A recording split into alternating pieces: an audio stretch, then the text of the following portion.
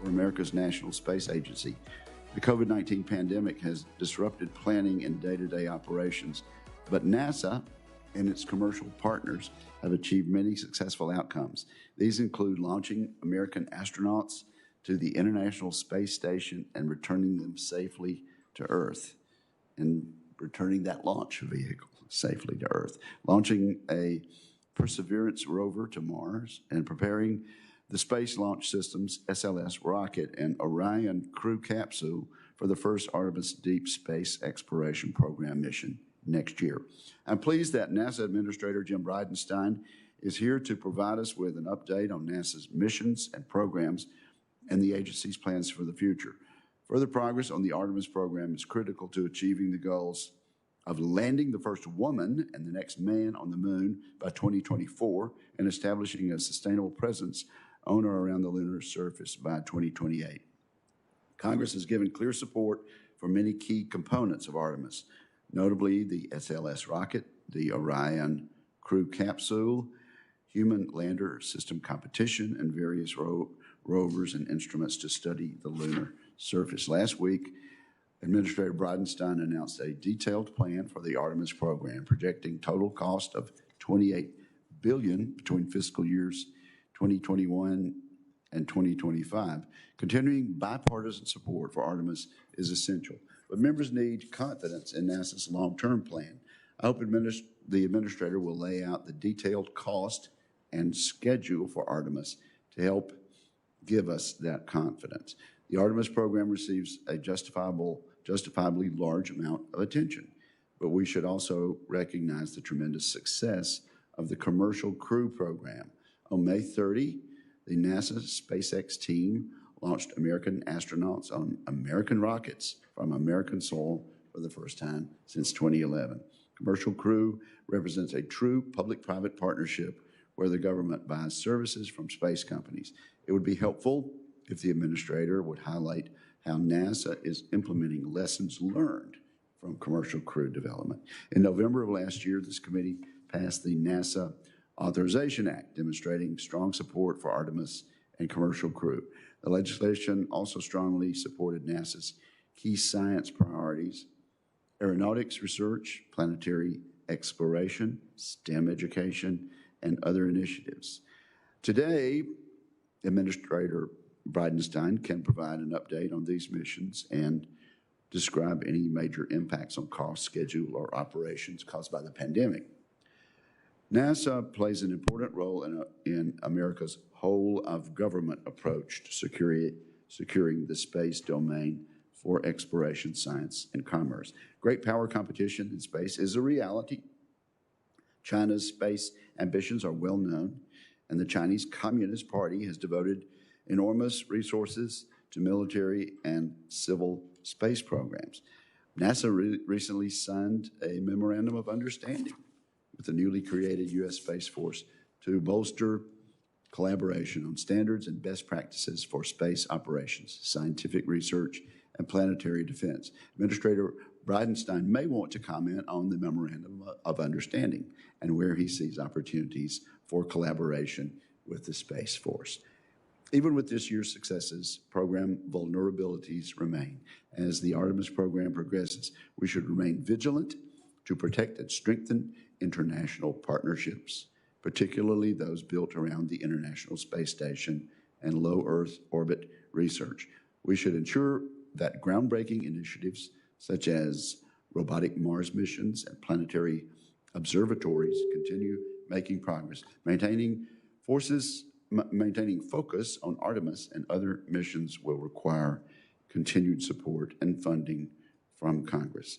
So I look forward to today's conversation with the administrator, and now turn to my dear friend and colleague, the ranking member, for her remarks. Thank you, Mr. Chairman, and thank you for the bipartisan leadership on the NASA reauthorization bill. I'm pleased to join you and Senator Cruz and Sinema to author the NASA Authorization Act of 2019. Among other things, this legislation would provide authorization for NASA's human exploration programs, including the lunar lander needed to return humans to the moon. There is agreement between the bill sponsors about how to proceed on the authorization, and I hope the Senate will consider this important bill this year.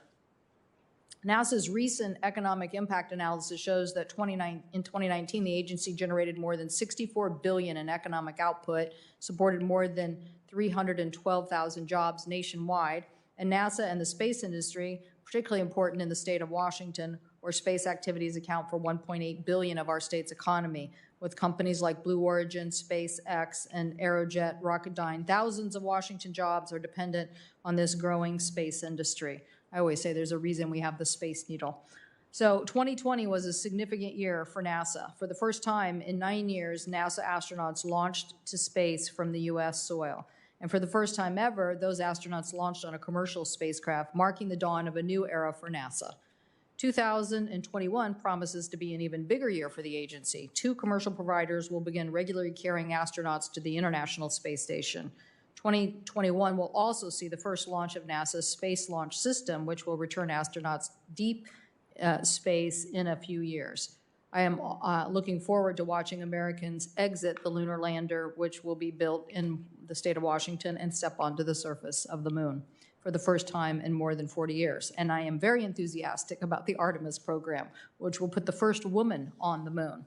Now, we need more than just that women's first step. We need women and minorities to be represented at every level of the NASA and space programs. And so I look forward to working with you and the chairman on how we increase the diversity in all our aerospace industry. Given the many new rockets and spacecraft NASA astronauts will fly over the next decade, it's imperative the agency remain committed to safety. Safety must always be the top priority, and in order for that to happen, NASA engineers and program managers must have insight into the design and testing of new spacecraft. A major safety issue for NASA is the threat of orbital debris. Just last week, the space station was forced to maneuver away from a piece of space debris. In February, the committee held a hearing on threats to space, and I called for increased investment in mapping of space, of debris, and improve space situational awareness. So, Mr. Chairman, I know you are also committed to addressing this threat, and I look forward to working with you on that issue. While NASA's human spaceflight programs are often in the spotlight, the agency's other missions and research are also critical to the country. As I said, in Washington and many Western states, we face an unbelievable threat from devastating wildfires. NASA's satellites provide data that enables disaster management teams to measure the intensity and development of fires as they burn. And I also want to highlight NASA's Space Grant Program. Again, a consortium at the University of Washington is doing tremendous work to engage high school students and undergraduates in these areas of research and study, which I think just helps us get the next generation of workforce. The COVID-19 pandemic has impacted many NASA programs as well as the people who support them, whether they are employees or contractors or researchers. So I look forward to hearing how this committee might work with NASA to keep the program on track while keeping people safely employed. This is a challenge, but obviously we want to keep moving ahead, so we'll look forward to your comments and testimony, Administrator Bridenstine. So thank you for being here today, and again, Mr. Chairman, thank you for holding this important hearing. I think I heard the state of Washington mentioned several times in Senator Cantwell's opening statement. Clearly, I should have mentioned in my opening statement the important role of the state of Mississippi in all of the activities that we have planned, particularly the Stennis Space Center in Hancock County, Mississippi. So at this point, Administrator Bridenstine, we have your prepared statement consisting of 7 pages in small type. We'll enter that into the record at this point, and you are recognized for 5 minutes or so to summarize your statement. Thank you, Chairman Wicker and Ranking Member Cantwell. It's an honor to be here. I will tell you, I want to start by thanking you for the support we received in the CARES Act, which ultimately enabled us to move forward on some of our very important missions. We call them mission essential functions of NASA. So we needed that personal protective equipment. We needed the ability to make sure that our crews could socially distance and do all of the things necessary to be safe, and the CARES Act was really a part of that, and we thank you for that. So NASA is really up to some really amazing things. The two of you highlighted them very well. Low Earth orbit, we are commercializing very rapidly. We have been underway with commercial resupply now for a number of years, and now we're moving forward with commercial crew, which we are all very, very excited about. Demo 2 is complete. That was a test flight. Here at the end of October, we are going to launch Crew 1. We're going to have a full complement of 4 astronauts, including 1 international partner from Japan. And so this is a very exciting time for the agency as we move rapidly to commercialize space. But it's not just about commercial resupply and commercial crew. We also want commercial space stations themselves eventually. The International Space Station has been an amazing asset for the United States. It still is, and it will be for years to come. But we all know that a day is going to come when it comes to the end of its useful life. And when that happens, we need to have funded the resources necessary to commercialize low Earth orbit for habitation. We want to make sure that in the United States, and with your help, we can ensure that we have no gap in low Earth orbit. We think about Apollo. We had, during the Apollo era, as much as we loved it, it came to an end. And we had a gap of about 8 years before Space Shuttle. And then after Space Shuttle retired, we had another gap of about 8 years before commercial crew. And we want to make sure that there is no gap in low Earth orbit for the United States of America as we transition from the International Space Station to commercial space stations. But as both of you have identified, what's happening in low Earth orbit, as awesome as it is, pales in comparison to what we're going to see when we land the first woman and the next man on the surface of the moon under the Artemis program. We're going to the moon for a lot of really important reasons, but the chief reason to go to the moon is because it accelerates our path to Mars. And we believe it is important for the first person to land on Mars to be an American astronaut. And we want to make sure that when we do go to Mars, we go with our international partners. This is about American leadership. And of course, what we just saw, in fact, yesterday, Japan announced its biggest budget for its space agency in its history. In fact, it was a 50% increase over the previous year. That is a massive increase for a nation like Japan, and they're focusing it on the Artemis program. They are focused on supporting us as we lead the world to the moon. I will say that that is not unique, though. We've seen budgets coming from Europe that are also increasing, commensurate with the Artemis program and NASA's budget. So a lot of really exciting things in the future. And of course, I'm grateful to you, Chairman Wicker, and Ranking Member Cantwell for the continued bipartisan support for these important missions for our country. So with that, sir, I'll yield back whatever time I have remaining, and certainly open to any questions. Well, thank you very, very much. You recently announced that the Artemis 1 mission will take place at the end of November of next year.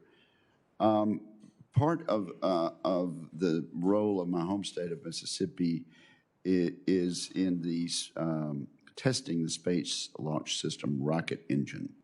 How is the Green Run testing at Stennis progressing, and do you have a target date for the full duration hot fire test? Yes, sir. So the Green Run testing is progressing very well. The rocket, this is the core stage of the SLS rocket. It is proving itself to be an extremely capable system. We still have a good bit of testing in front of us, including the full Green Run where we fire all 4 RS-25 engines at the same time. So that's going to be an amazing sight to see. Likely to happen in November. And so we're moving rapidly towards that. We've had some challenges, of course, with some hurricanes. We've had some other challenges with COVID, but we've also had some successes. And so we're moving forward, and we think that the Green Run test will be done in November, early November. And we also believe that this sets us up for the first launch of the SLS system with an Orion crew capsule in November of 2021. And so we're moving rapidly towards that. You think we're still on track to meet that November 2021 date? As of right now, yes, sir, we are. There are challenges for sure, and depending on how COVID affects us in the months ahead, it could be more challenging. But I will say, because this is a mission that is so unique, we do have margin in the schedule. We have reserve in the schedule and in the cost. And NASA does that for all of its missions. And as of this point, we have not determined that we need to move off of the November date of next year. Well, I've been very impressed with how NASA has moved forward on any number of target dates. Let me ask you about the continuing resolution. We're passing a continuing resolution this week, and obviously that's never ideal, but the COVID-19 pandemic pretty much dictated that. This is a brief CR, doesn't carry on into next year.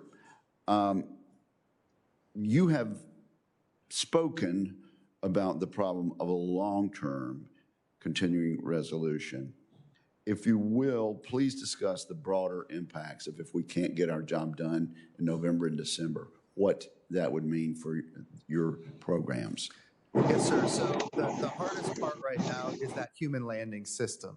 That human landing system is what right now we're not funded to develop in its entirety. We are funded through what we call the base period we've got the resources to go through basically February of 2021.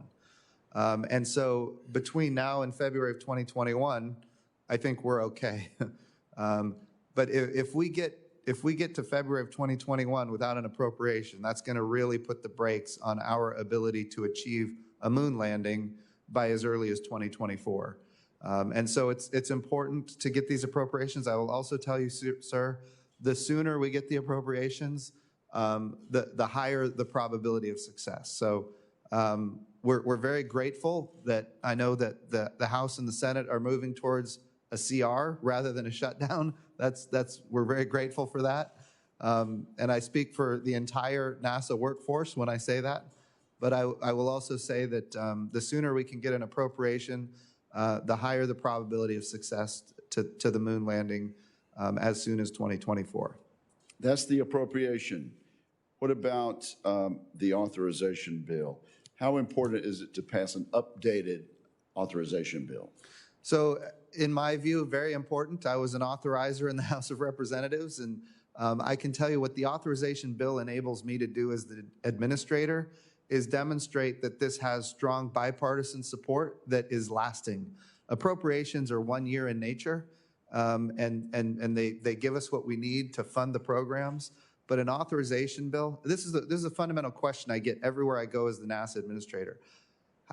People ask me, how do you ensure that this program doesn't get canceled? Like, NASA has had a history of seeing programs get developed and then canceled. And the answer is we need the authorization bill that codifies that what we're doing has broad national consensus and bipartisan support. I think we're there, but putting that into law really would be meaningful for the agency. Thank you very much, Senator Cantwell. Thank you, Mr. Chairman.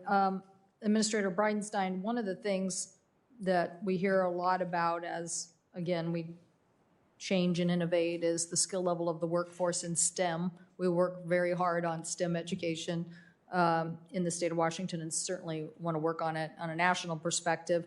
So want to hear your thoughts on what else we need to be doing. What does that skills gap look like? And also interested in NASA's X-plane flight demonstration program for a transonic truss brace wing. One of the things we're very interested obviously in is composites and continuing to the development of composite manufacturing. So want to understand what you think we should be doing on that kind of technology for the future as well. Yes, very, very good questions. And I'll tell you, the transonic truss braced wing has me very excited about the future of aviation. When we think about the value of NASA to the United States of America, a lot of people, they think about space and the moon and Mars and robotic exploration of the solar system. But the aeronautics piece is probably the most impact to the American economy because this is a major export for the country. And we've been leading here for so many generations. Of course, we had the challenge with the MAX 8. We've had the challenge now with COVID. And when we think about aeronautics, it's kind of, right now it's being stressed significantly. But I think we have to, as a nation, take this opportunity and lead. And when I say lead, that transonic truss-braced wing is a key to that leadership. We're talking about increasing what we call the aspect ratio of a wing, making it longer and thinner. The big thing that does is it reduces what we call induced drag, which is the drag you get from the lift created by the aircraft. Basically, it spreads out the amount of downward thrust that you get from the wing. It does increase what we call parasitic drag from the wing, but that parasitic drag is less than the induced drag. And so overall, you get a much more efficient aircraft. It drives down the amount of fuel that you have to use. It drives down the amount of carbon emissions. It drives down the cost to the airlines. The challenge with that high aspect ratio wing, the challenge with that is that it becomes really long and thin, and so it doesn't have the structure necessary to hold up, a large body aircraft. So I'm a huge proponent of that. We've been advocating, for that inside not just the agency, but inside the administration in general. and we're getting some traction on it. And any support that you can provide would be fantastic. Let's see what your Well, first. just STEM and, so in this case, this is a composite issue, right? And so we need more composite R&D and more Yes, sir. understanding of then on the composite manufacturing side. Yes, so this is, again, very important when it comes to STEM. We need that next generation workforce. And so we've got to be inspiring people at a young age. I think the best thing NASA can do for encouraging people to go into STEM is inspire them and do these stunning missions like landing the first woman on the moon and those kind of activities. We're also very involved at the mission directorate level in funding programs like FIRST Robotics, which is a capability that gets high school kids and even younger involved in robotics. So we do those things, direct impact to NASA missions. If you look at robotics on Mars and robotics throughout the solar system with satellites and orbiters of other planets. So I think there's a lot that NASA does, and we need to continue to do for STEM. Yeah, I don't know what it is about material science, but we have been able to attract more women. Structural engineering may not have been something that immediately appealed to them, but certainly we attracted them into aviation. But we're having more success on the material science side, and I don't know if that's a marriage of chemical engineering and other things, but I think we should figure out how to put this challenge to, as you said, the youngest of Americans as they're thinking about these issues. And I don't know why this isn't a marriage of ideas, given that you're talking about, again, fuel efficiency, American jobs, leadership, all of these things that would come from this. Right. This is, it is as exciting as the other missions too. So thank you. Yes, ma'am. Administrator Bridenstine, the ranking member mentioned space debris. So let's drill down on that just a little bit. Is the frequency of avoidance maneuvers increasing? Just a few days ago, NASA maneuvered the International Space Station to avoid a piece of unknown space debris. This happened now 3 times this year. So is that increasing? Yes, sir. It is. Now, I will tell you, so this year we've maneuvered the space station 3 times in order to avoid orbital debris. That has not happened since 2015. And now in this year, we've done it 3 times. So is that just a coincidence? I don't think that this is a coincidence. I will also say in the last 2 weeks, or maybe 3 weeks at this point, we have had 3 potential conjunctions that made us very nervous, apart from, and that's in the last 2 or 3 weeks, apart from the maneuver that we actually had to make. So close calls. Yes, sir. Yes, sir. We knew about them, but it was far enough away that you didn't have to maneuver. Yes, sir. So we monitored them very closely, and we made a determination that it didn't require a maneuver. What is the source of this debris? So there's a lot of reasons for it. There's a lot of commercial activity in space right now, which we fully support. We've got to be able to use space for all of its benefits for humanity. And a lot of that commercial activity is launching, low Earth orbit remote sensing satellites, low Earth orbit communication satellites.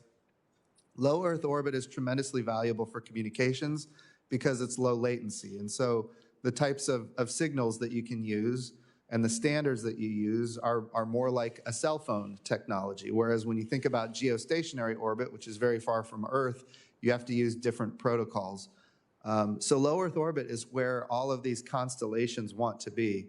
The challenge is we don't have, as a nation or even as a world, a robust architecture for how we're going to integrate all of these capabilities into this small space. And it's becoming more and more of a problem.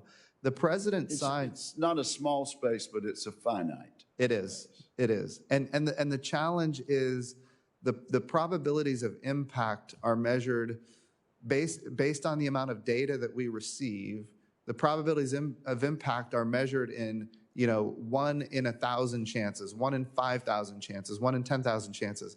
And for us as an agency with the International Space Station, which is a $100 billion investment, we take those probabilities and we say, okay, we need to maneuver.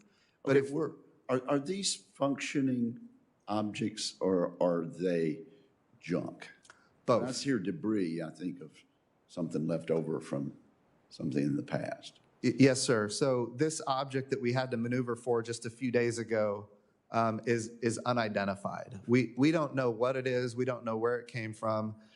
It is not something that is operated by anyone. It's junk. It is literally junk in space. Now, there are also satellites that have become debris because they just came to the end of their useful lives, and they don't deorbit themselves.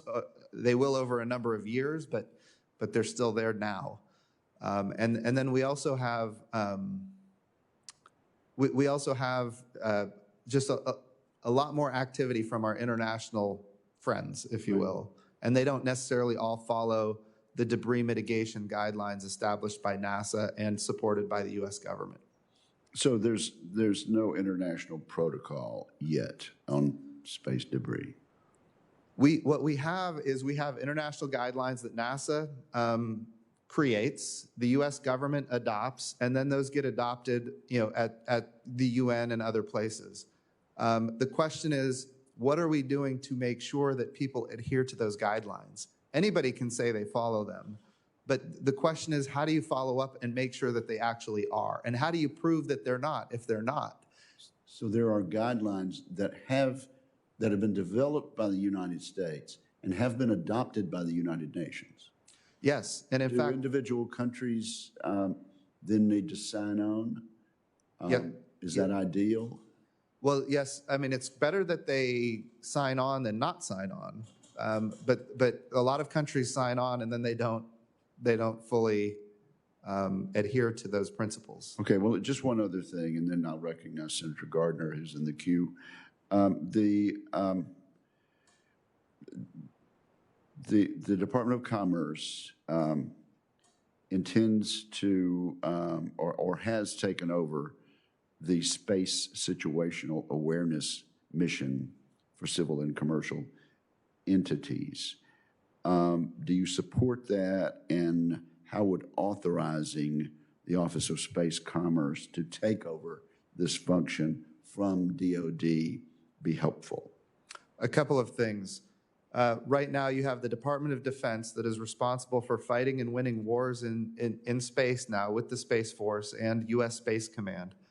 The challenge is we are having them at the Combined Space Operations Center. We're having them operate as though they are the FAA for space. So they're doing conjunction analysis and warning for all of the commercial activities in space.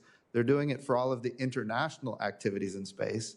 And all of those international and commercial folks that are using that facility, that capability, they're not paying for it. So we're providing basically global space situational awareness and space traffic management to the world for free. In order to relieve them of that duty, we need to have, this is just, think about the 1950s. We had the Department of Defense responsible for air traffic control throughout the nation.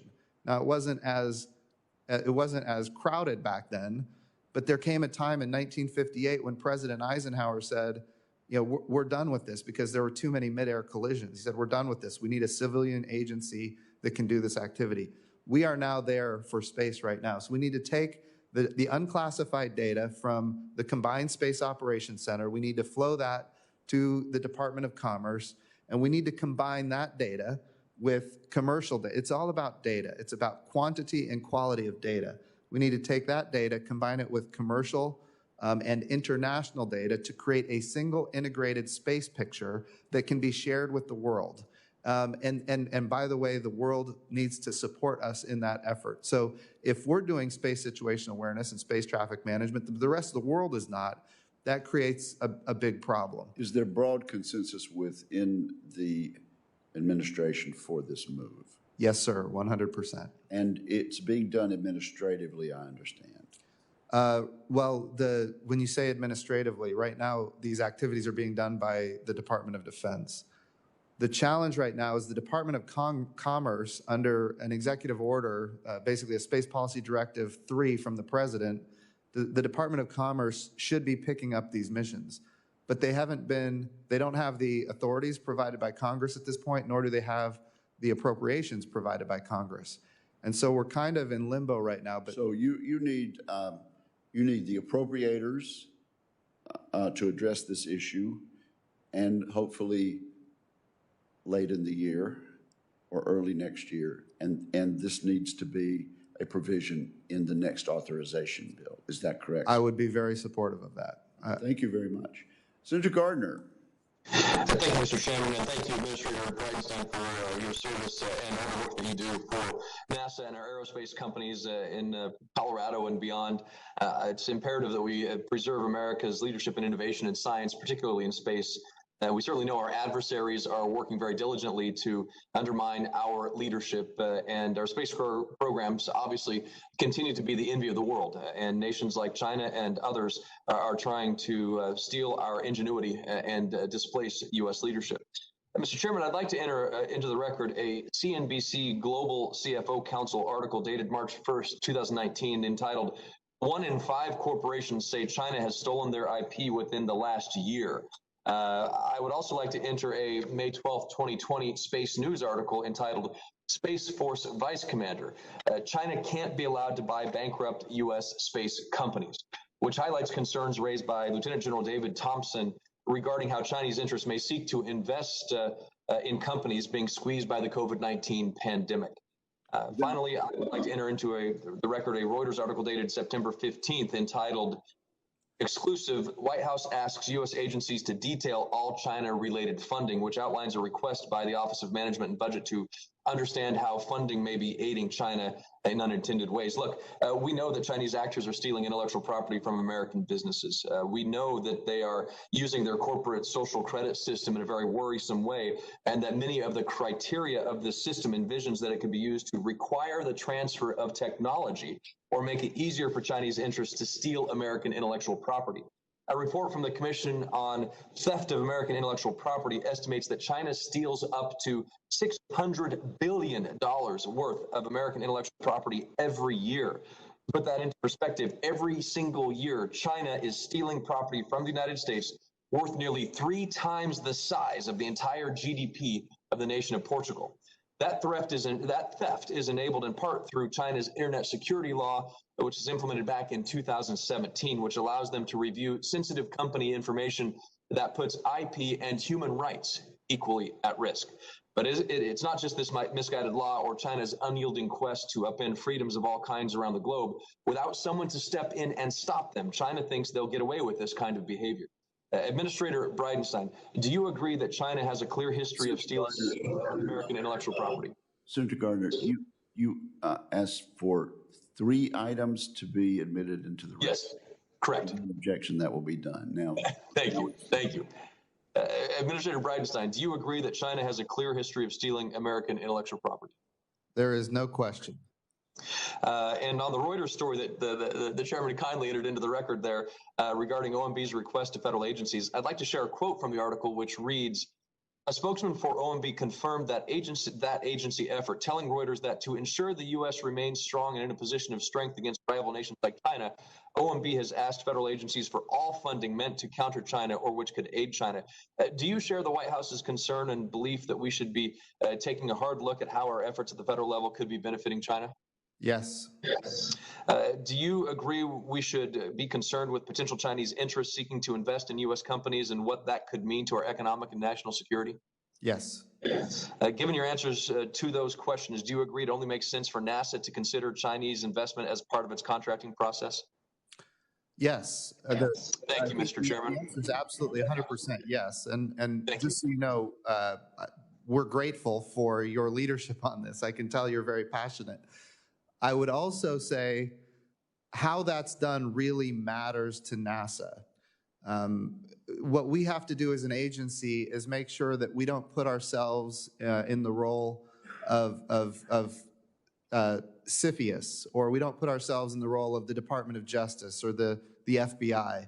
We have to be really careful that we do the things that we are good at, like getting to the moon and onto Mars. We have to be careful about how, 100% agree with everything you just said, but we're not really an investigative agency, so we need to be careful about how we go about doing this. Well, I just want to make sure that we are investigating Chinese investments into U.S. aerospace companies and making sure that we're treating NASA as important to this issue as we are TikTok with Chinese investments and concerns. I would think that our aerospace, national security, space interest, Space Force, Space Command, and NASA are equally important that we give the attention to that with China in regards to China as we do to TikTok with China. So, Administrator Bridenstine, thank you. Mr. Chairman, thank you for your time.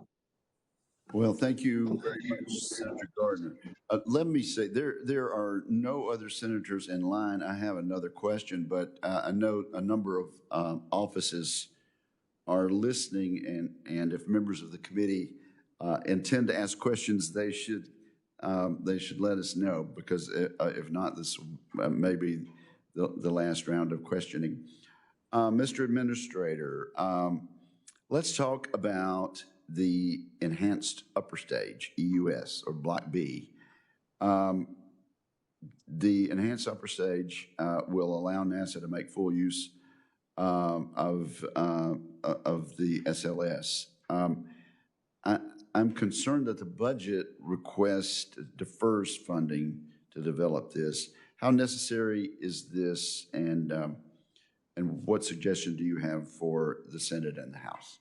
Yes, sir. So, to start, because Congress and the Senate have fully funded all of our activities for the exploration upper stage, just so you know, those activities are underway, and we are getting to the point now where we've got key decision point C, or critical design review right in front of us. So all of this to say that we're talking enhanced upper stage.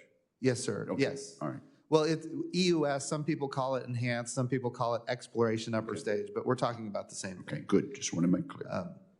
And so, to the extent that we have an exploration upper stage or an enhanced upper stage, that would be gratefully beneficial to the agency, and we can use it. And so, so that's important to note. It is also true that when we go to the moon by 2024 with Artemis 3, we're going to be going with what's called an interim cryogenic propulsion stage, ICPS. That ICPS is already, it's a system that is in place that we can use and will get us to the moon by 2024. When we think about what happens beyond that, depending on if the Senate and the House make it available to us, we can certainly use the exploration upper stage or the enhanced upper stage. At this point, we think that there are opportunities to use commercial vehicles potentially in the future, but of course, all options are should be considered. Thank you. Senator Udall is next. Chairman, you got me there? We can hear you. Good. We can hear you well. Okay. Thank you, Mr. Chairman, for the recognition, and let me welcome the administrator here. I remember having a good conversation with him when he came through, so good to see you. Satellite servicing and debris removal will become an increasingly important part of space operations as low Earth orbit and other heavily populated orbits become increasingly congested by small satellites. Last October, I introduced Senate Resolution 386, a resolution supporting improvements in space situational awareness and advances in technology, and calling for international cooperation to address the increasing dangers of space debris. Do you support the kind of improvements to and advancements in situational awareness technology called for in my resolution? Yes, sir. Without question, the challenge that we have as an agency, not as an agency, but as a federal government, is data. And so we need the ability to to get as much information on the debris that is in low Earth orbit as possible to keep our mission safe.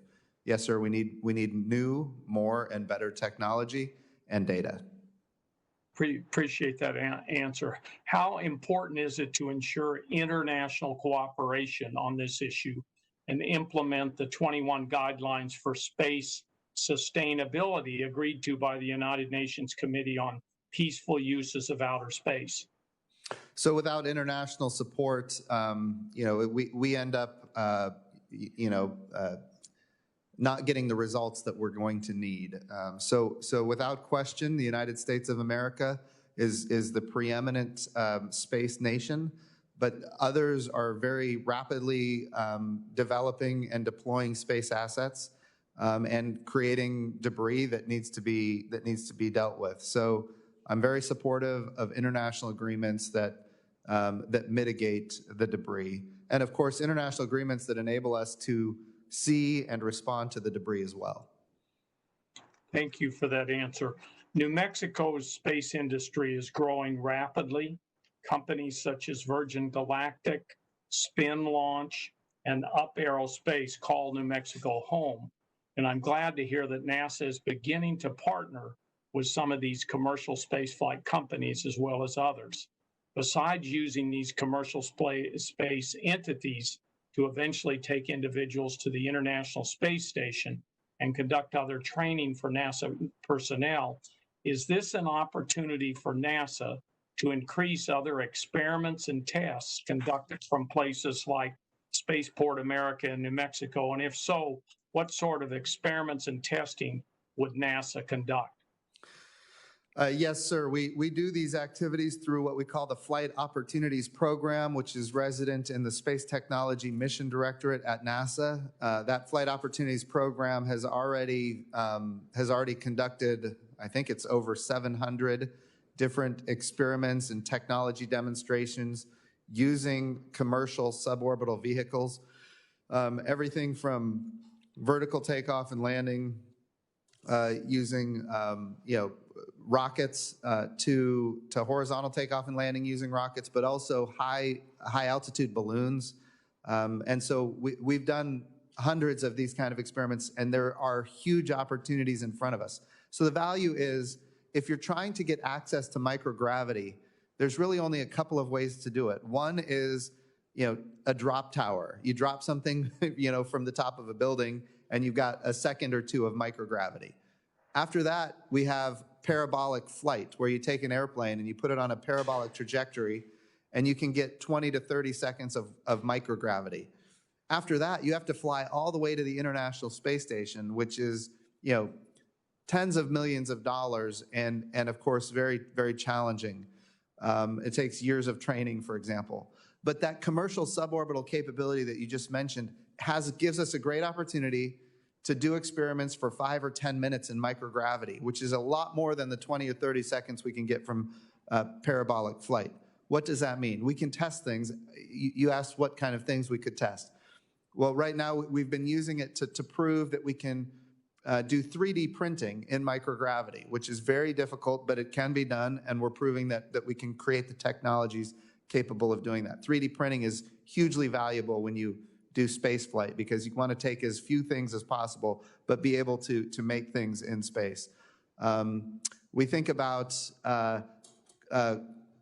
cryogenic management. How do fluids move in a microgravity kind of environment? So we use these kind of 5 or 10 minute flights for those types of activities. Fluids are critically important to space flight, and different fluids operate very differently in microgravity, and understanding that is necessary as we progress in our missions. And not having to fly those kind of experiments all the way to the International Space Station is hugely valuable to the taxpayer of the United States of America.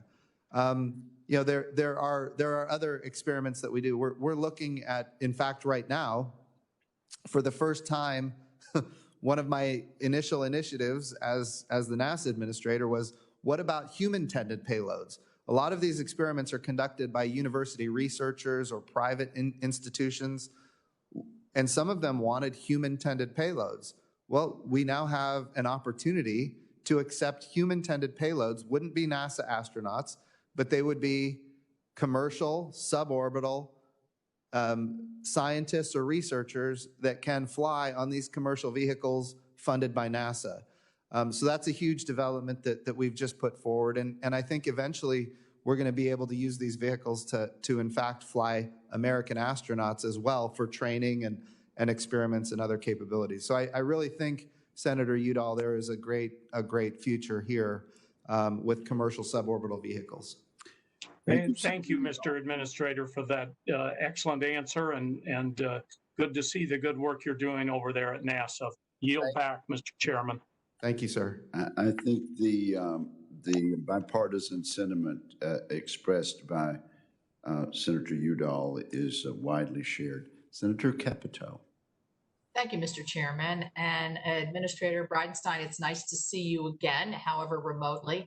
I really enjoyed your visit to West Virginia when we renamed the IB&B Center for West Virginia's own Katherine Johnson. She's since passed away since we met, and she was quite a pioneer. So the 700 jobs across the state that NASA has and the millions of dollars of economic output of NASA was really a great partnerships all throughout our state, particularly in the regions that we were in. I'd like to ask a quick question. It's more on the appropriations side. I support that NASA leveraging innovation and investment product that you all bring about, but it seems that NASA's plan to develop a moon lander differs from the usual contracting approach that NASA has taken and has used on development of other major programs and spacecraft. I wonder if you could talk about that, if you found it beneficial, and how is that rolled out? Yes, ma'am. It's a critically important question. When we think about the successes that we have had with the Commercial Crew Program, for example, which we just saw, we launched our American astronauts on a commercial vehicle, which was fantastic. The goal that we have in that activity, as well as commercial resupply of the International Space Station, the goal that we have is ultimately for NASA to be one customer of many customers in a very robust commercial marketplace for human activities in low Earth orbit. But also, we want to have numerous suppliers that are competing against each other on cost and on innovation and on safety. And we have achieved that with commercial resupply, now commercial crew. We also want to start now commercial habitation, so commercial space stations themselves. So this is kind of the progression. The question that we had to answer was, given all of the programs that NASA has had in its history, if we're going to go to the moon as quickly as possible, how do we want to organize our efforts? And the decision that we made was we're going to model this after commercial resupply and commercial crew.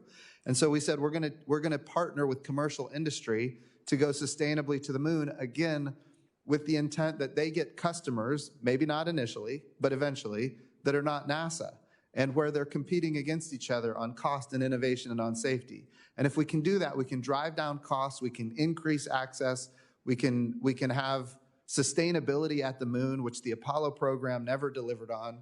And that's ultimately our goal. Our goal is to figure out how do we have a program where we go to the moon and stay.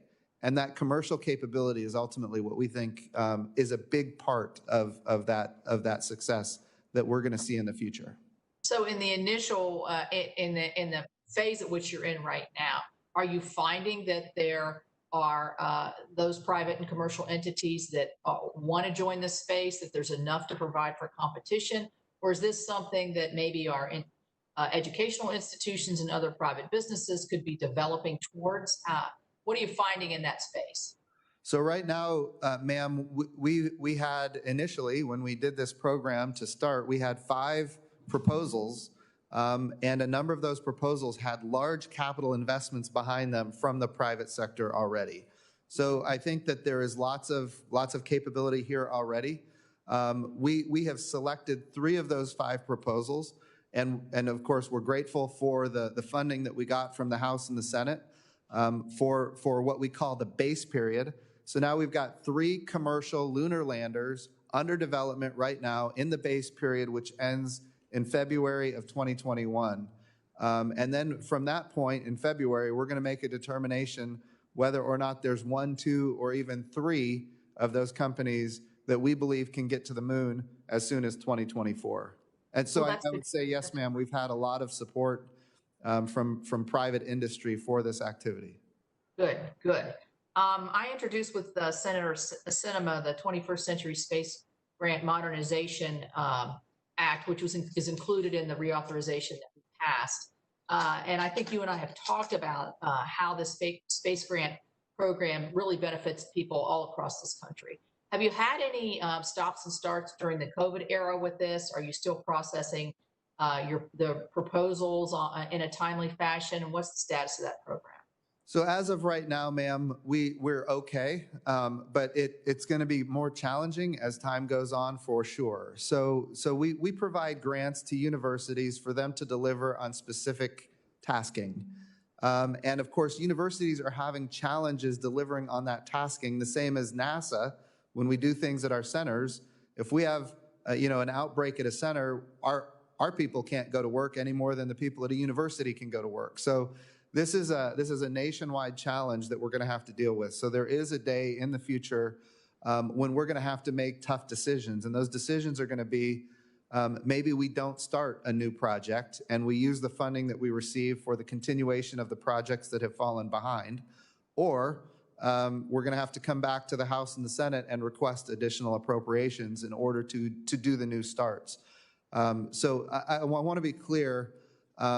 There is an impact from COVID.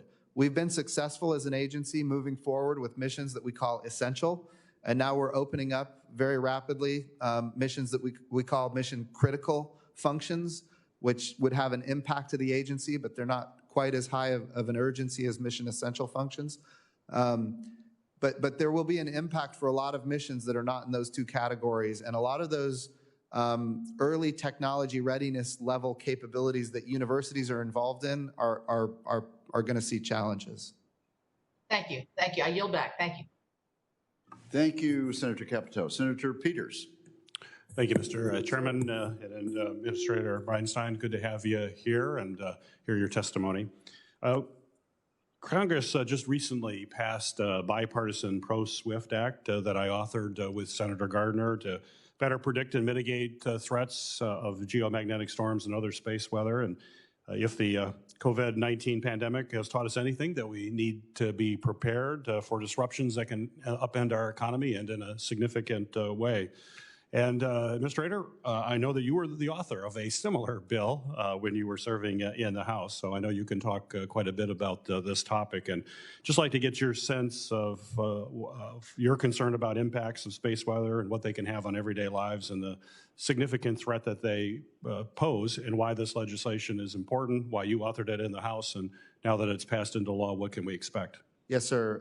Senator Peters, you and Senator Gardner should be absolutely commended for leading on this issue. I was happy to support it in the House when I was there, but certainly without your leadership, it would not have happened. And working on it for all of these years from 2015, finally getting it done, I know that wasn't easy. But this is going to have huge impacts for America's human spaceflight capability. We think about the Artemis program and going to the moon. We're building a space station called Gateway. It's a small space station around the moon in order to enable the reusability of human landers. But we think about Buzz Aldrin and Neil Armstrong on the surface of the moon in 1969. Had they been there longer than they were, they would have been hit with a solar flare from the sun. And that would have damaged them, and in fact could have very well ended their lives early. But we didn't know that back then. Now we do know that. So understanding the sun, the solar winds, solar radiation, we think about coronal mass ejections and solar flares. These are things that we have to understand very well if we're going to have a sustainable presence beyond the Van Allen radiation belts. And that's our goal. We want to explore space. And this bill is going to go a long ways to enabling us to have the early warning that we need and to be able to do the research necessary to even predict, to warn people based on the prediction, not just the detection of those kind of activities. As the ranking member of the Armed Services Emerging Threats Subcommittee, I was pleased to see in the Memorandum of Understanding announcing announced last week that General Raymond and the Space Force that had highlighted the importance of completing the survey of near-Earth objects. These hazardous objects impact the Earth, as you know, and pose a threat to our safety, security, and to our military. The NASA Reauthorization Act of 2019 includes an amendment that I authored to direct the Secretary of Defense to support NASA's work in the area. And the importance of this was highlighted with the discovery of Comet Neowise earlier this year, which was previously unknown and likely came from some other star system.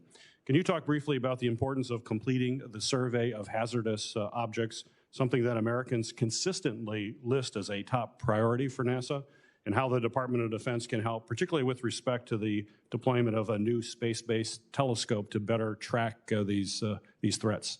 Yes, sir. Again, critically important to the nation and the world, in fact.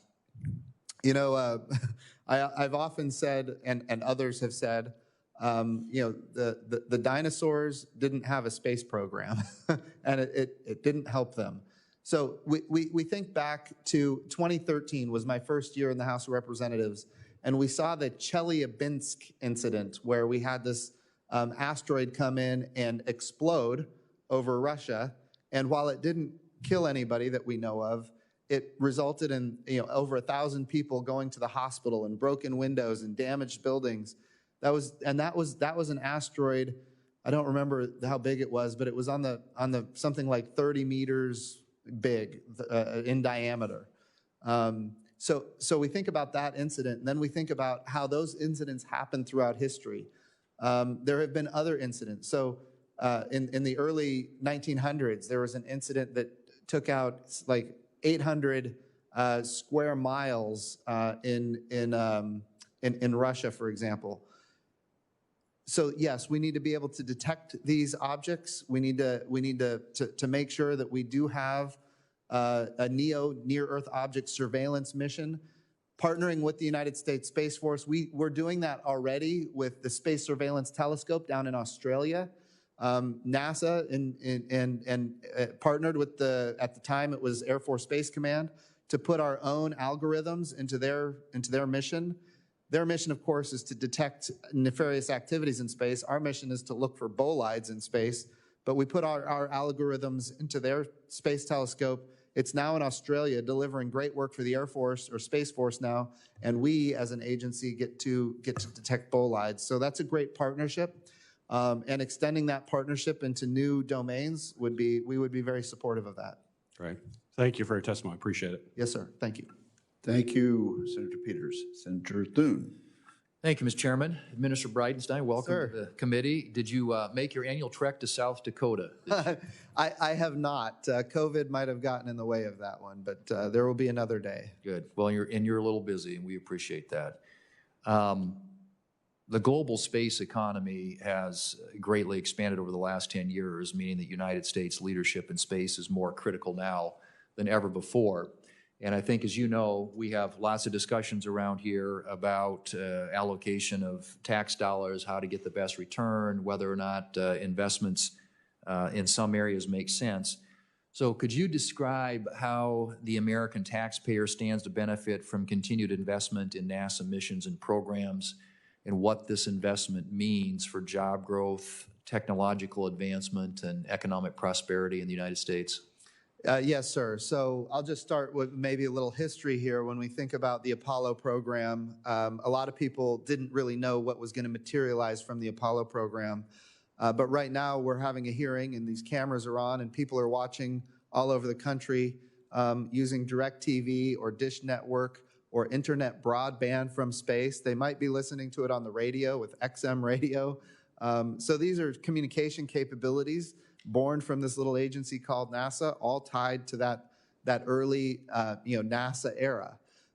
We think about how we navigate with GPS and how that has fundamentally transformed the American economy. We think about precision agriculture, critically important to South Dakota, for example. We're using space assets right now in order to sense the Earth in every part of the electromagnetic spectrum and make determinations as to how can we increase crop yields while reducing water usage by as much as 25%.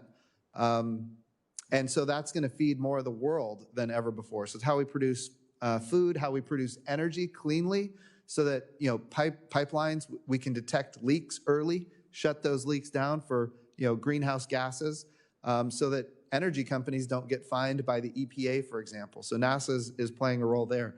The way we do disaster relief is dependent on a lot of these technologies that NASA has developed. We don't do disaster relief, but we have developed these technologies that have now been commercialized that the government benefits from. We think about how we predict weather, how we understand climate and how it's changing. And of course, national security and defense, so many capabilities that NASA initiated have been utilized by the Department of Defense, and vice versa. If you go back in time, it was intercontinental ballistic missiles that first launched, for example, Alan Shepard to space.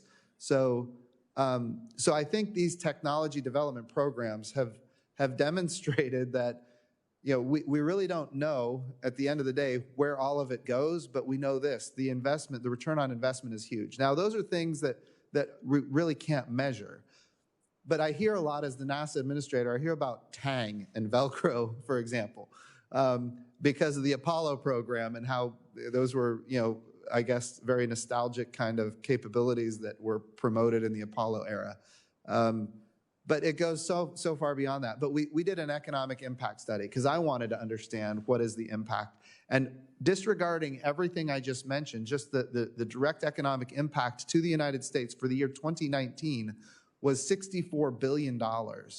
And it was 312,000 jobs in the United States of America, directly impacted from NASA investments and capabilities. So all of that, I think, is tremendously valuable. And I think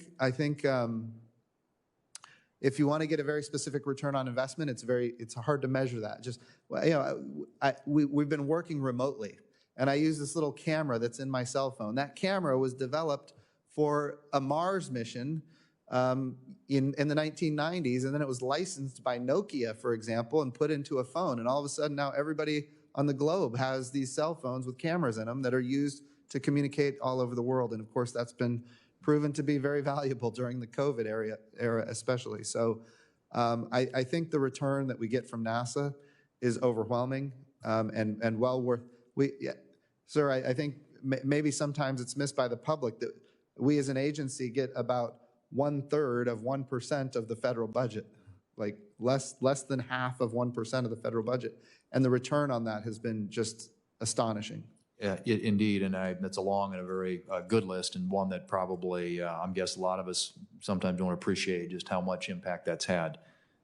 Very quickly, could you share any updates on the development of optical communications technologies at NASA and the potential of these innovations to improve the NASA missions in low Earth orbit and beyond?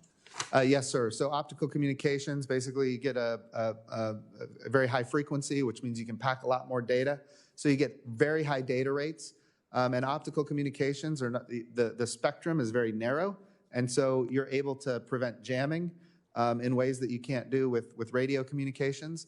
And you can actually communicate from a lot further away with larger data rates. So it focuses the energy specifically where you want the energy to go. For example, when we communicate from Mars with a high aperture antenna, you know, it's hitting the entire Earth, and a lot of the signal isn't hitting the Earth at all, which is just wasted energy.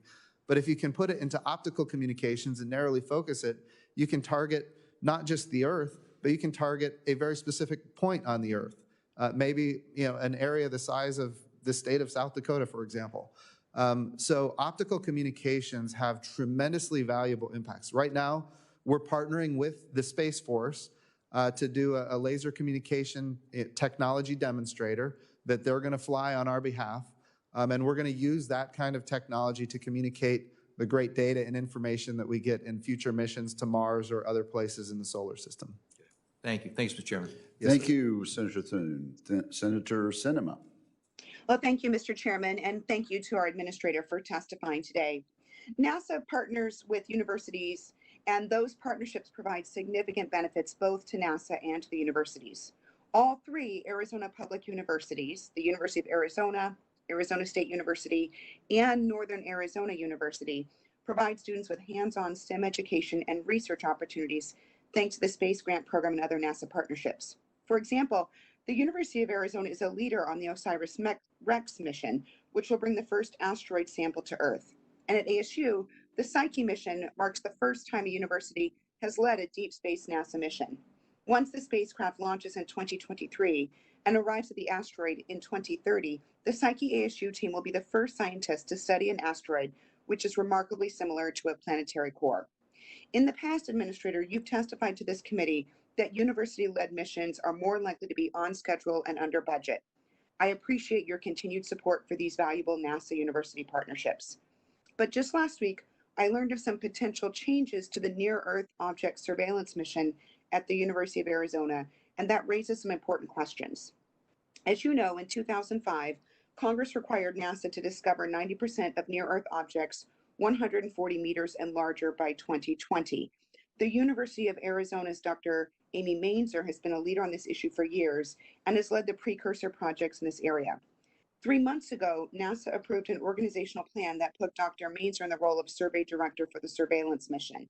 But last week, without any consultation, NASA decided to remove her from the survey director role and transfer the mission leadership to NASA's Jet Propulsion Laboratory Center.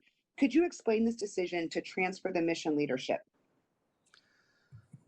Yes. So thank you for the question, Senator Sinema. And I will say that I have been briefed on this. I can tell you that we are 100% committed to the NEO surveillance mission. And I can also tell you that Dr. Amy Mainzer is somebody that NASA highly regards, and she's in the lead on this project, and she will be in the lead on this project, period. That's going to happen. I will also say that I think the issue here was a communication error, and I would also say that Dr. Zurbuchen. I know Dr. Zurbuchen has been working this issue. He's the head of the Science Mission Directorate at NASA.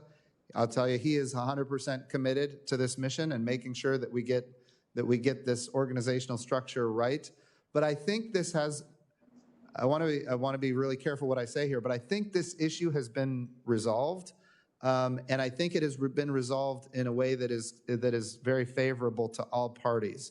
And just know that we want to make sure that we're getting this done right. And I will make sure that Dr. Zurbuchen is in communications with your office regularly on this issue.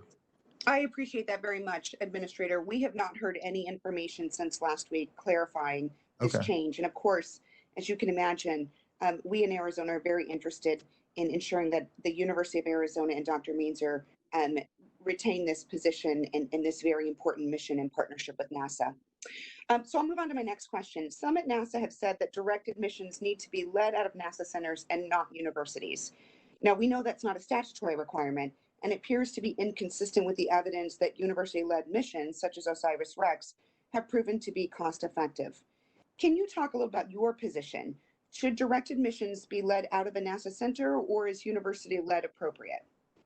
I think there's a lot of opportunities to have these missions led by universities. I think the two that you highlighted are perfect examples of missions that have been very successful from universities. And these are not small missions. We're talking about OSIRIS-REx, which for the first time, we've never been able to orbit an object like OSIRIS-REx is now orbiting. It's an asteroid in deep space called Bennu.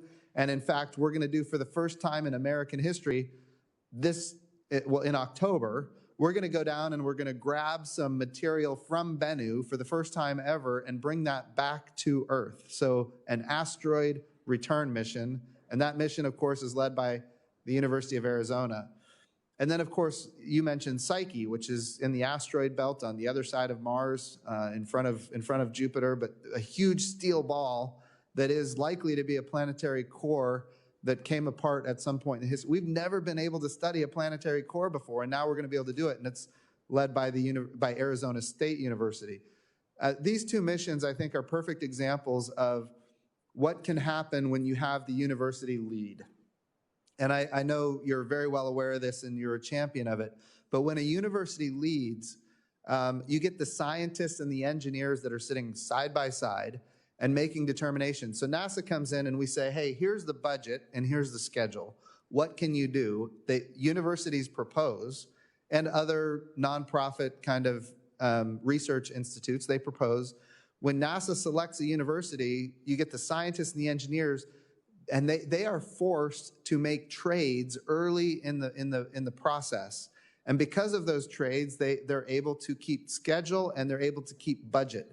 So the engineer says, well, we're not going to be able to achieve this. What if we did this instead? And the scientist can say, well, that will result in our ability to collect this science instead of that science and evaluate it this way instead of that way.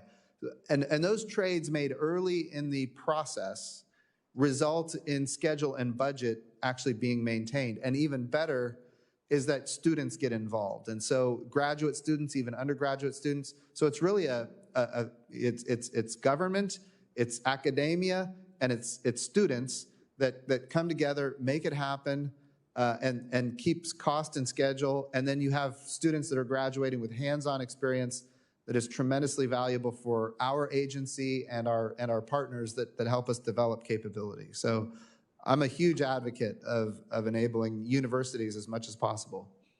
I appreciate that. Thank you, Administrator Bridenstine. And thank you, Mr. Chair. I yield back.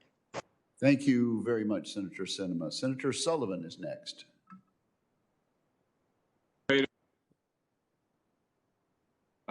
Thank you. Thank you, Mr. Chairman. Can you hear me? We can hear you. Okay, great. Thank you, Mr. Chairman, and Administrator Bridenstine. Thank you for your testimony. One of the things that I wanted, and you and I have talked about this quite a lot, but NASA's history of inspiring Americans, particularly young Americans. And, with the 50th anniversary of the Apollo mission last year, I think, which had a lot of inspirational moments. I think you've read this book. You and I have talked about this, American Moonshot, which is a great book by Douglas Brinkley on the Apollo missions.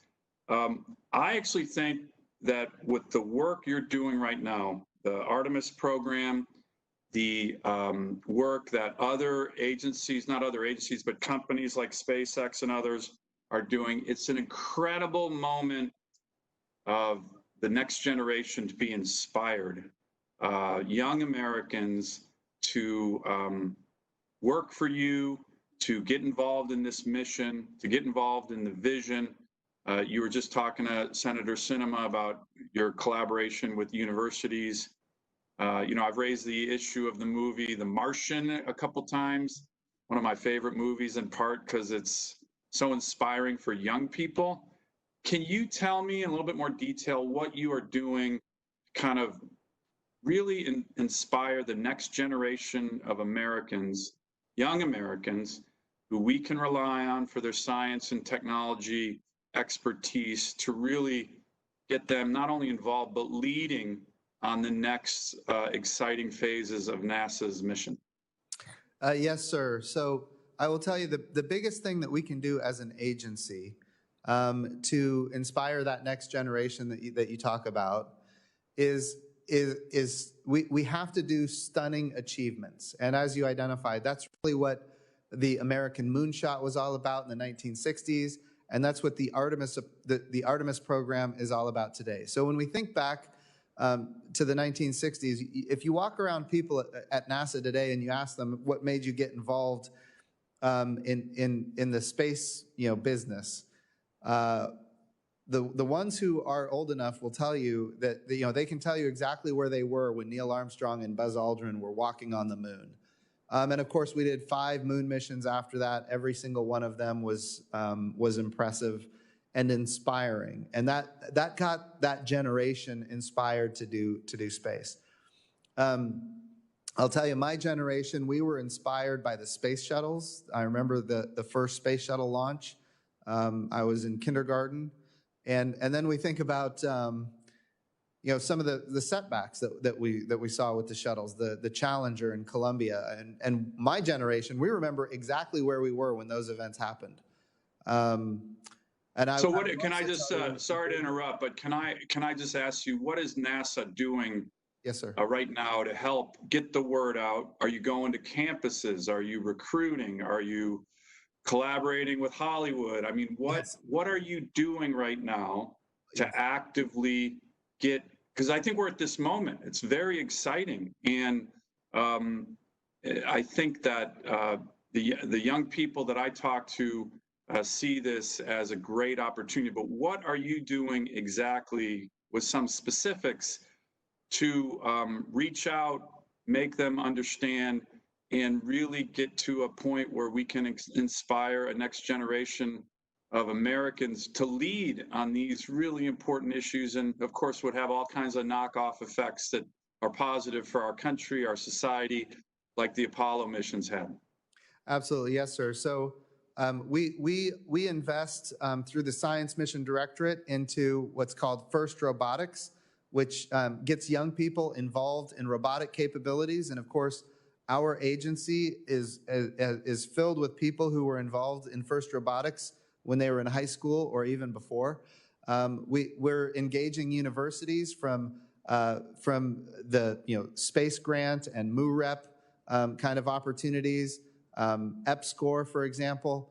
These are all things that enable us to reach into those younger folks and share with them what we're doing, but also get them engaged, directly engaged in the missions that we do.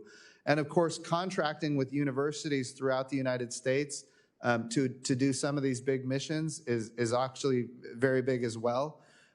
We started what's called the Lunar Surface Innovation Initiative, where we've partnered with, now I think it's about 130 institutions across the United States, using the Johns Hopkins Applied Physics Laboratory.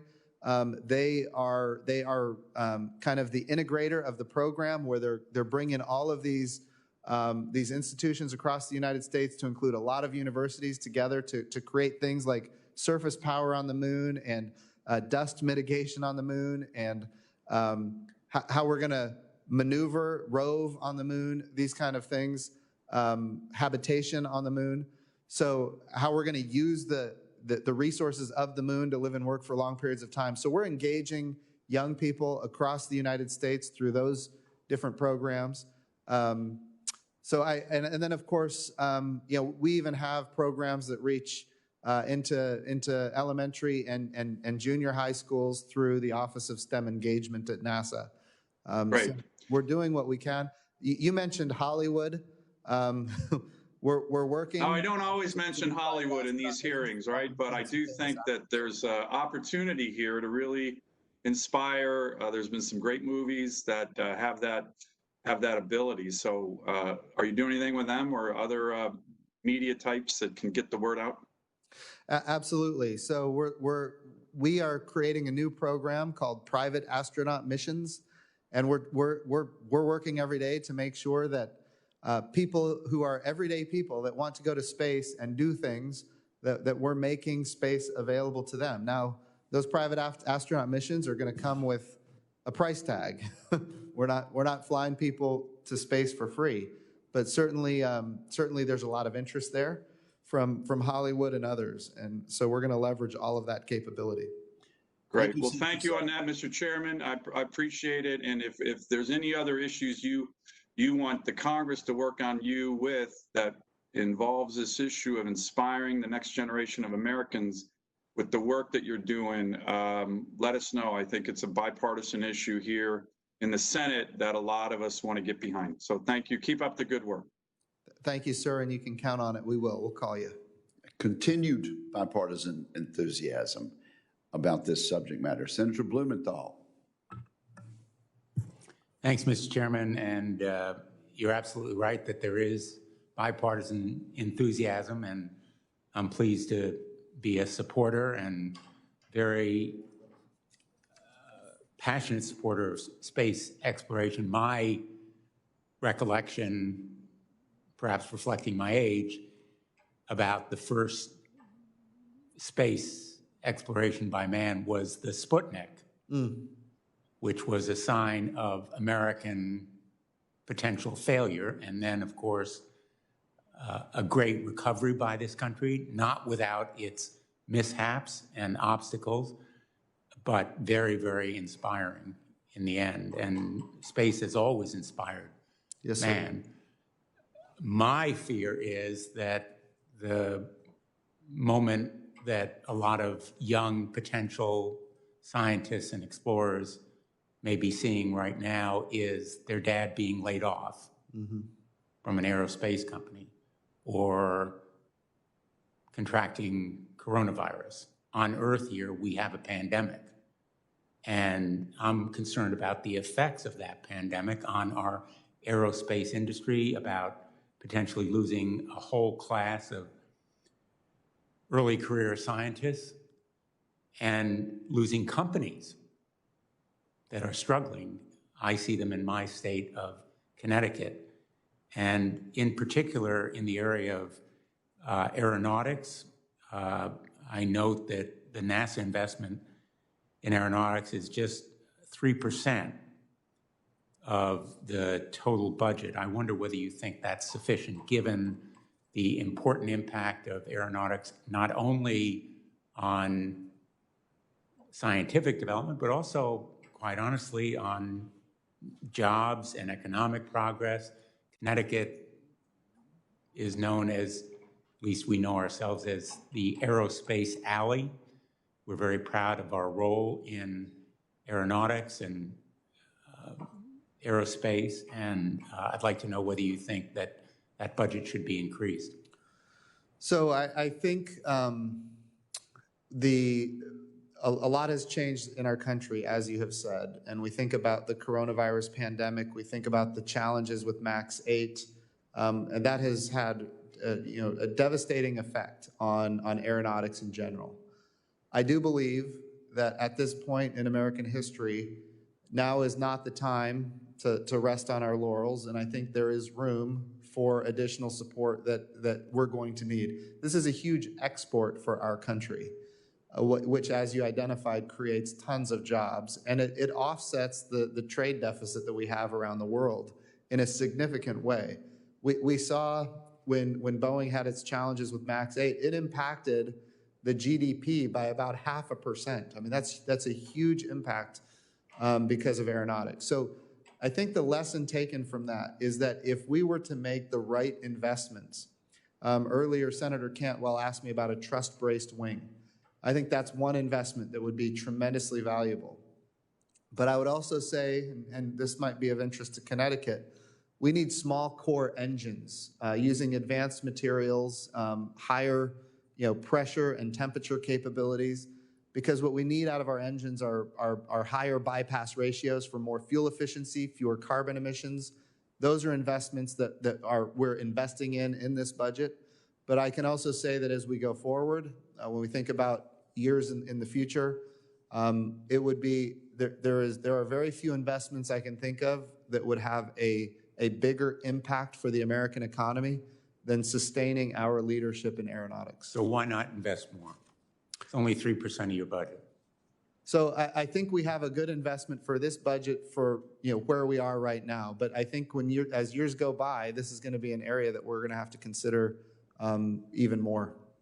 Will you commit to a larger investment, given that we are in competition with other nations as well? I can commit to you that I will work towards that end. Let me ask about a different area, the spacesuit program.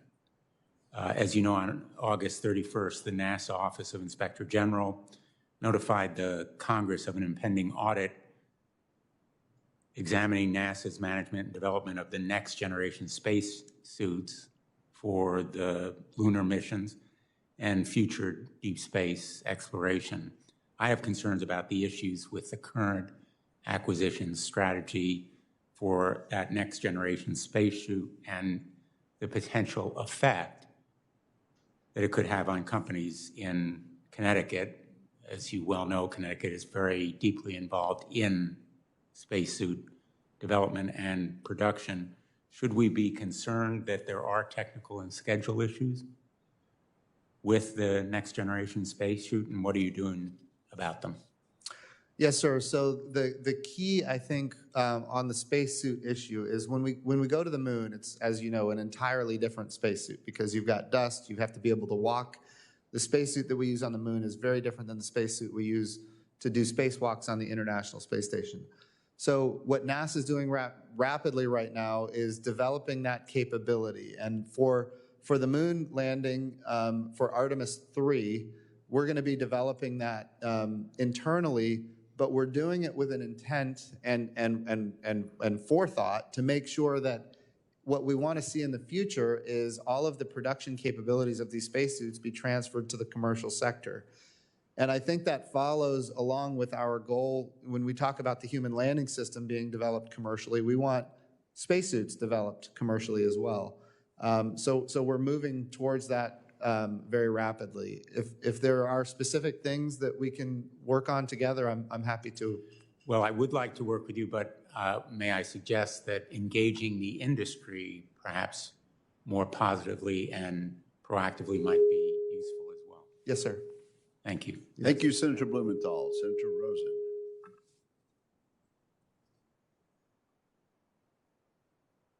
Thank you. Thank you, Mr. Chairman. Thank you, Administrator Bridenstine, for your enthusiasm, your knowledge. You mentioned Tang a while ago. It brought back a lot of childhood memories for me, as my mom would put Tang on the breakfast table. That was really a big deal for us.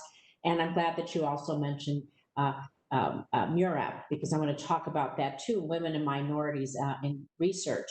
So, of course, NASA, you have several programs to support states with space research and to help recruit and retain STEM students from underrepresented populations.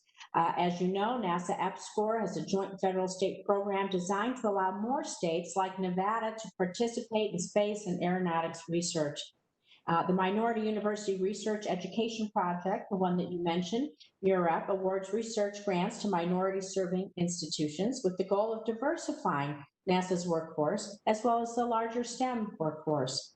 I'm proud to note, but for the first time in our state's history, a Nevadan was selected for a 3-year fellowship through the MURAP program. Alexandria Washington, a UNLV doctoral student, she's going to be working on a project to develop a robotic mobile platform that can traverse unique terrains like the kind you're going to find perhaps on the moon and explore places humans cannot yet reach. However, despite the success of NASA, EPSCoR, MURAP, and other STEM education programs at NASA, the president's most recent budget request proposed terminating NASA's Office of STEM Engagement and proposed drastic cuts to funding EPSCoR and MURAP. So, Administrator Bridenstine, you're so passionate about these programs. Can you describe your familiarity, the work that MURAP and EPSCoR is doing, the importance of increasing our diversity in scientific research? Yes, ma'am. So I will say that the folks at NASA that are involved in the MURAP program are doing amazing work, and of course it does in fact pay dividends. It is also true that what the budget request does is it focuses on the mission directorates and what they're trying to achieve as national goals, and it really focuses on those activities that will help us achieve those national goals. Now, I will be clear, if the Senate funds, as the Senate has in past years, the Office of STEM Engagement, we are going to move forward and we are going to execute, and those programs are going to serve NASA very well. Do you think that you still need the Office of STEM Engagement? Would you like to see us do that and see the president support that? Well, I will tell you, it has been tremendously valuable. I would also tell you that I think there are other opportunities to fund those types of programs that would be more in alignment with NASA's missions. And that's really where the budget is focused. But Could you share some of those with us? Say that again? Would you share some of those programs with us, your focus then, please? Oh, sure. So for example, when we think about contracting with universities, we initiated a program within the Aeronautics Mission Directorate, for example, that is a university leadership initiative where the Aeronautics Mission Directorate is partnering directly with minority universities to engage them in aeronautics activities, to include unmanned aerial systems and things like that have a direct impact to NASA's mission. We have other programs that we're doing through the Science Mission Directorate as it relates to robotics for going to the surface of the moon and other things. So I think we're all committed to achieving what you've highlighted is so important, which is creating that diversity for the workforce and creating that diversity for students, for opportunities. And I think I can very clearly say that we are committed to that agenda.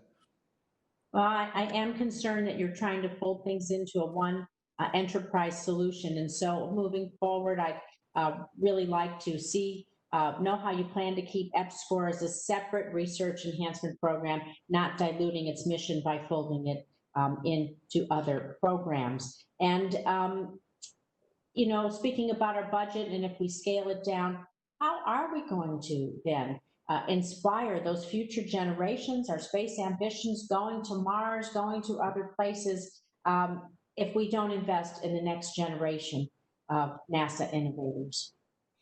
Yes, ma'am.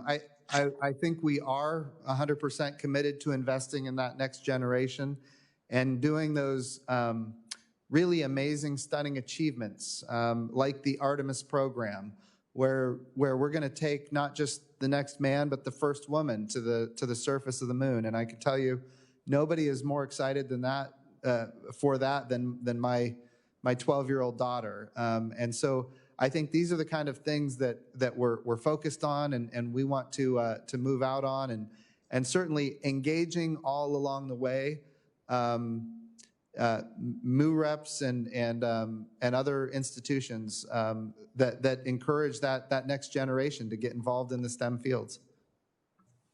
Thank you. I appreciate your service. I yield back. Thank you, Senator Rosen. Senator Scott. Thank you, Chairman Wicker. Thank you for hosting this, and I want to just thank Chairman Wicker for his commitment to NASA and space exploration. You've had a lot of years up here, and what I've watched over the years is you've had a significant commitment, and I know it's important to your home state. So thank you for that. As you know, NASA is pretty important to Florida, as it is to Mississippi and a few other states. I became governor back in 2010, and you know, the space industry was in pretty bad shape then. We got I think we lost over 7,000 jobs in 2009 with the Obama cuts and when they stopped manned flight. But since then, the federal government has been a good partner. In the state, when I was governor, we put up a lot of money every year to get space exploration and bring it back. And now it's unbelievable what's going on there. And I just want to thank NASA for their commitment to using the private sector to do things.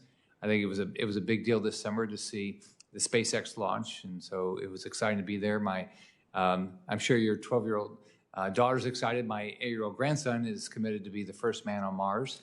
He's very comfortable between that and being a paratrooper and a policeman. He told his mom he's picked jobs that are not dangerous. And he told me that it's not dangerous to go to space anymore. Okay, well that means we're doing a good job. Well, you've created.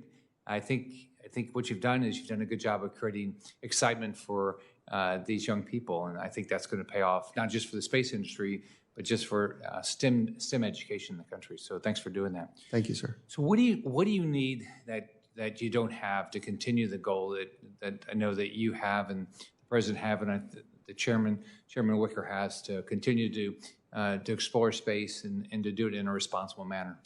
Yes, sir.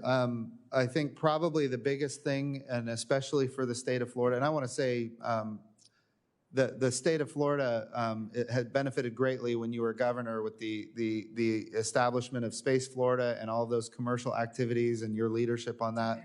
And now, the Kennedy Space Center in Cape Canaveral being this multi-user spaceport. So the vision there and the execution has been very helpful to us as an agency, and we're grateful for that. A couple of things that I think are important to note. We all know that the International Space Station is going to come to an end of its life at some point. It cannot last forever. And of course, it's been, in November, we're celebrating 20 years of a continually occupied space station. That's a long time and amazing. But we need to start making the investments for what comes next. And that what comes next is the commercialization of low Earth orbit. As you've seen, we've done commercial resupply. We've now done commercial crew, launching American astronauts from the Space Coast there in Florida. The next big thing is commercial space stations. All of those resupply missions and those commercial crew missions need a place to go. And if the International Space Station comes to the end of its life and we don't have commercial space stations, there's going to be a lot of rockets that aren't going to get launched. And I think it's important that we fund our efforts as an agency for those commercial space stations. We've put that in the budget request in years past, and it hasn't gotten funded. That's critically important for the country. China is building their own, what they call the Chinese International Space Station. They're working very hard to attract our international partners, which we have helped build their capacity, and now they're going to potentially take that to China. We're working to prevent that from happening. But at the same time, it's important for us to think about the architecture that we need. We need commercial resupply, commercial crew, commercial habitats. NASA needs to be a customer there. We'll be a tenant customer. But we need to change the paradigm like we've done with launch vehicles. We need to change the paradigm for habitation in space. And then apply what we've learned within those programs to commercial access to the moon. We're happy and excited that in November of next year, we're going to launch the most powerful rocket that's ever been built. It's currently being tested at Stennis. We're going to get that rocket. Oh, which state is that? Yeah. I wonder which state.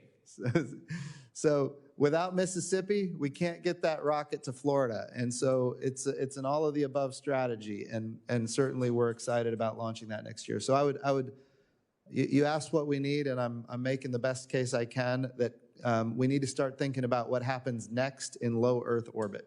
I know the chairman will be supportive of trying to do space exploration. Let me just finish by just asking or thanking you. You've been a real partner in the visitor center, and I think it does an unbelievable job of exciting families about what goes on in space. And so thanks for being a partner. I know they work really hard to try to do a great job and excite kids to want to explore space. So thank you for what you're doing. It's an amazing place. Thanks.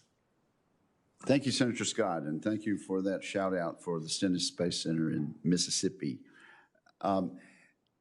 Administrator Bridenstine, you had a little bit of a rocky confirmation process. I don't remember. Before this committee. Well, I do.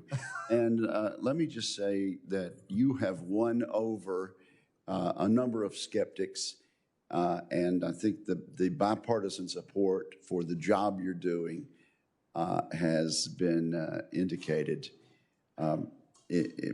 very profoundly today, and I appreciate the job you're doing. The drink Tang has been mentioned.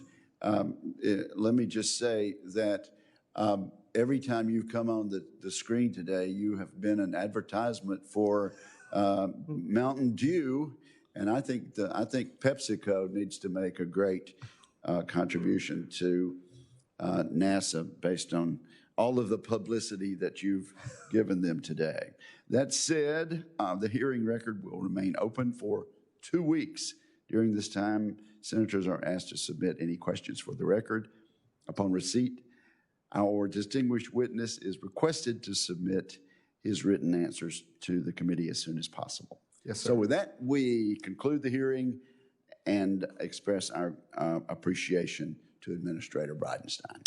Thank you, Chairman.